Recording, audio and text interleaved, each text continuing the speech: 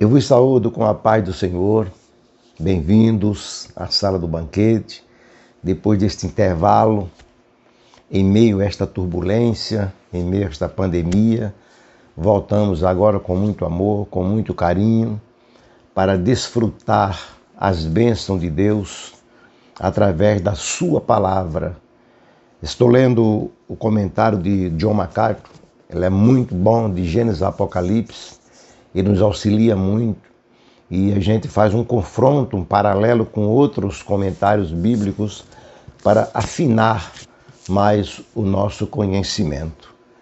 Que Deus continue abençoando vocês, a vossa família, vos encontre em paz, com saúde e dando vitória em tudo para a glória de Deus. Isto é gratificante. Não esqueça de se assinar, de se inscrever, melhor dizendo, deixar o seu like, comentar, compartilhe. Vamos chegar a muitos inscritos, porque quanto mais você compartilha, se inscreve, você comenta e avança, e muitas vidas serão assim alcançadas pela palavra de Deus. E isso é de suma importância para nós quando nós estudamos e desfrutamos da palavra do Senhor. Nós vamos falar hoje sobre um assunto muito simples, mas que acontece periodicamente, ou seja, a cada momento, a cada instante. É quando podemos usar assim um tema, meu irmão caiu, e agora? O que devo fazer? Quando alguém hoje tropeça na fé, é como se fosse alguém que cai literalmente. Tropeçou, caiu, que cai de um prédio, que cai de uma escada, cai na rua, etc. E quando acontece um acidente, o acidentado ele fica, logicamente, vulnerável. Vulnerável às duas coisas. Isso na vida do acidentado normalmente. Quando ele cai, ele fica vulnerável a duas coisas. Primeira, ele fica dependendo, ou seja, dependendo da sua queda. Ele precisa de socorro e às vezes com urgência. É verdade? Precisa de alguém que corra logo, estenda as mãos e o socorra. Os irmãos sabem que é verdade. Caiu, todo mundo quer socorrer. Senão ele fica prostrado lá e quando chegar alguém para socorrer, muitas vezes ele não tem mais vida. Já está em óbito. A segunda é o acidentado, ele precisa de um acompanhamento sistemático pós-queda, como uma fisioterapia, um acompanhamento psicológico, aconselhamento, monitoramento, quando alguém cai, que sofre um acidente. Assim é na vida espiritual também, não é diferente. Não é só nos hospitais que o acidentado literalmente precisa de socorros, mas em todas as áreas há pessoas sofrendo, precisando de uma mão amiga. Caiu, muitas vezes espiritualmente, e as pessoas muitas vezes passam de largo, criticam, difamam, condenam, e muitas vezes aquela pessoa que caiu nunca mais volta ao convívio da cristandade, da igreja, e muitas vezes morre, e só depois que morre é que alguém diz, ele era um homem bom, ela era uma mulher boa, mas não socorreu. Do lado espiritual, quando muitos se acidentam espiritualmente, eles morrem e muitos estão morrendo à falta dessa mão amiga. Está bem tocando na banda, cantando no coral, dirigindo o culto, pregando, mas quando acontece esse acidente, alguém abandona, alguém deixa de lado, alguém acusa, alguém diz eu já sabia, muitos até aplaudem, mas não é assim que a palavra de Deus nos diz.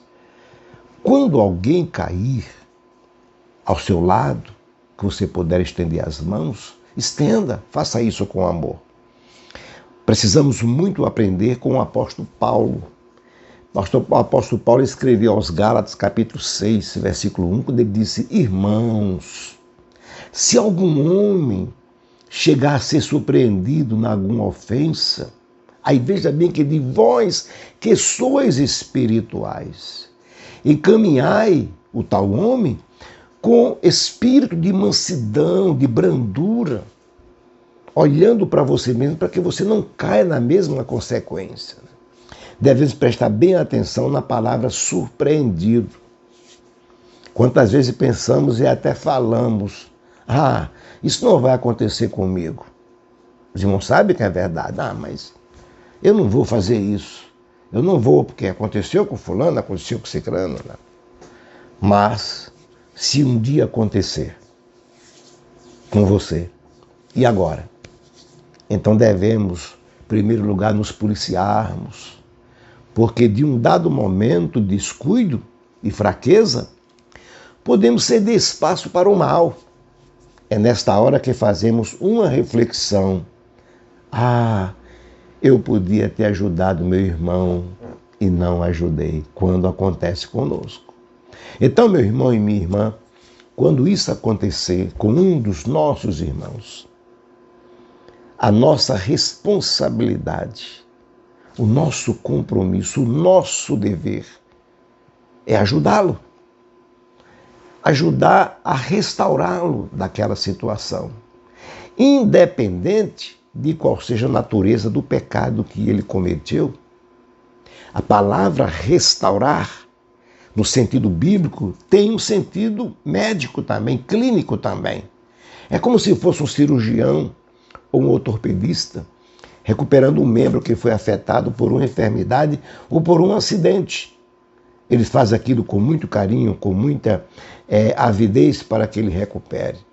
Então, de acordo com a palavra de Deus, se nós quisermos restaurar alguém, precisamos agir de várias maneiras e tomar várias atitudes para que a gente possa socorrer alguém. Você pode dizer: mas eu não posso fazer nada. Pode.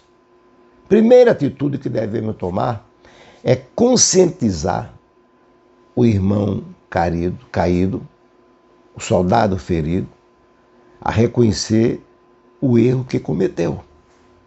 Isso precisa ser feito com amor e não com acusação. Fazer com que ele reconheça: realmente eu pequei. Essa tarefa não é para qualquer pessoa, é para alguém que realmente é espiritualmente, como disse o apóstolo Paulo.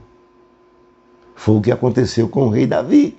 Todo mundo conhece, depois daquele acidente e incidente, né, com Betseba, que ele foi visitado pelo profeta Natã. E no Salmo 51, verso 4, ele orou a Deus dizendo: contra ti pequei e fiz o que tu reprovas. Que coisa maravilhosa! Ele reconheceu: quanto ao Senhor eu pequei. Então ele precisava de ser restaurado. Então a segunda atitude, se a primeira é ajudar ele se conscientizar que ele pecou, tá? Não é acusá-lo. Alguém confunde a conscientização com a acusação. Apontar o dedo: eu sabia, estava demorando. Não. Precisamos ter muito cuidado, porque nós estamos no mesmo barco, estamos na mesma fileira, do mesmo exército, e o inimigo é o mesmo. Então, Paulo diz: tenha cuidado de vocês, tá? Para que isso não venha acontecer com vocês. Ele alertou os irmãos da Galácia. Então, a primeira atitude é você conscientizar. Está consciente? Aí você toma a segunda atitude. Precisamos o quê? Ajudar o irmão a assumir a responsabilidade pelo pecado cometido. Conscientizou que errou? Tá, não terminou a tarefa ainda.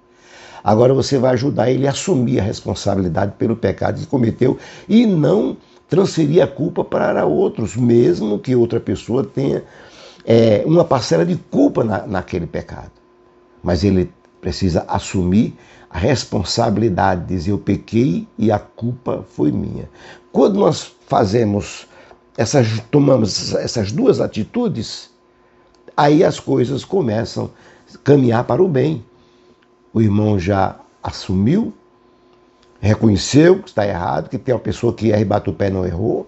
Agora ele reconhece realmente que errou e agora ele assume a responsabilidade. E vem agora na nossa terceira atitude. Isso é imprescindível, é indispensável.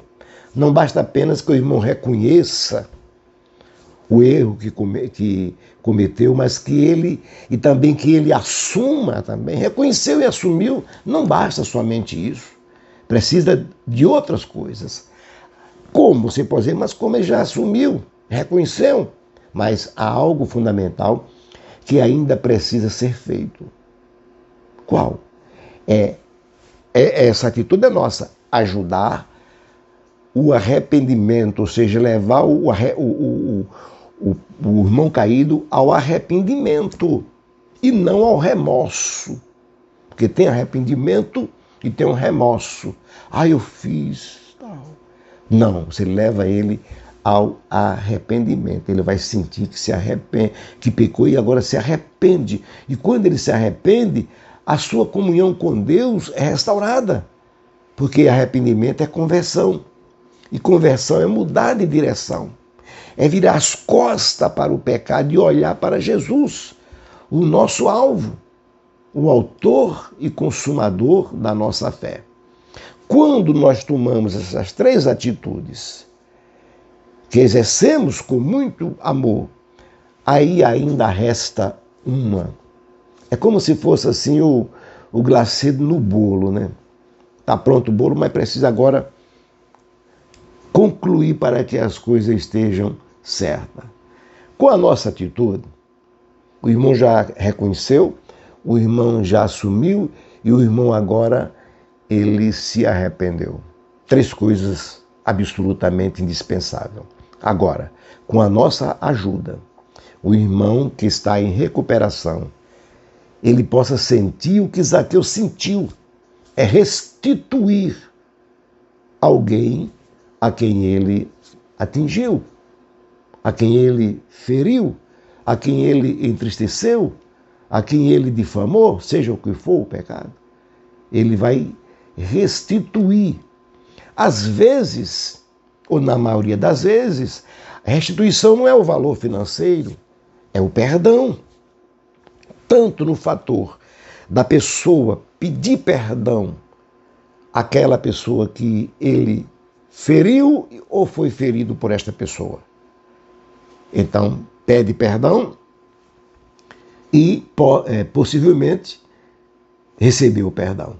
Então, se o nosso irmão cair, devemos estender as nossas mãos como fez o samaritano. O Provérbio, capítulo 11, versículo 30, o sábio falou isso. Ele disse, o fruto do justo é a árvore de vida, e o que ganha almas, sábio é.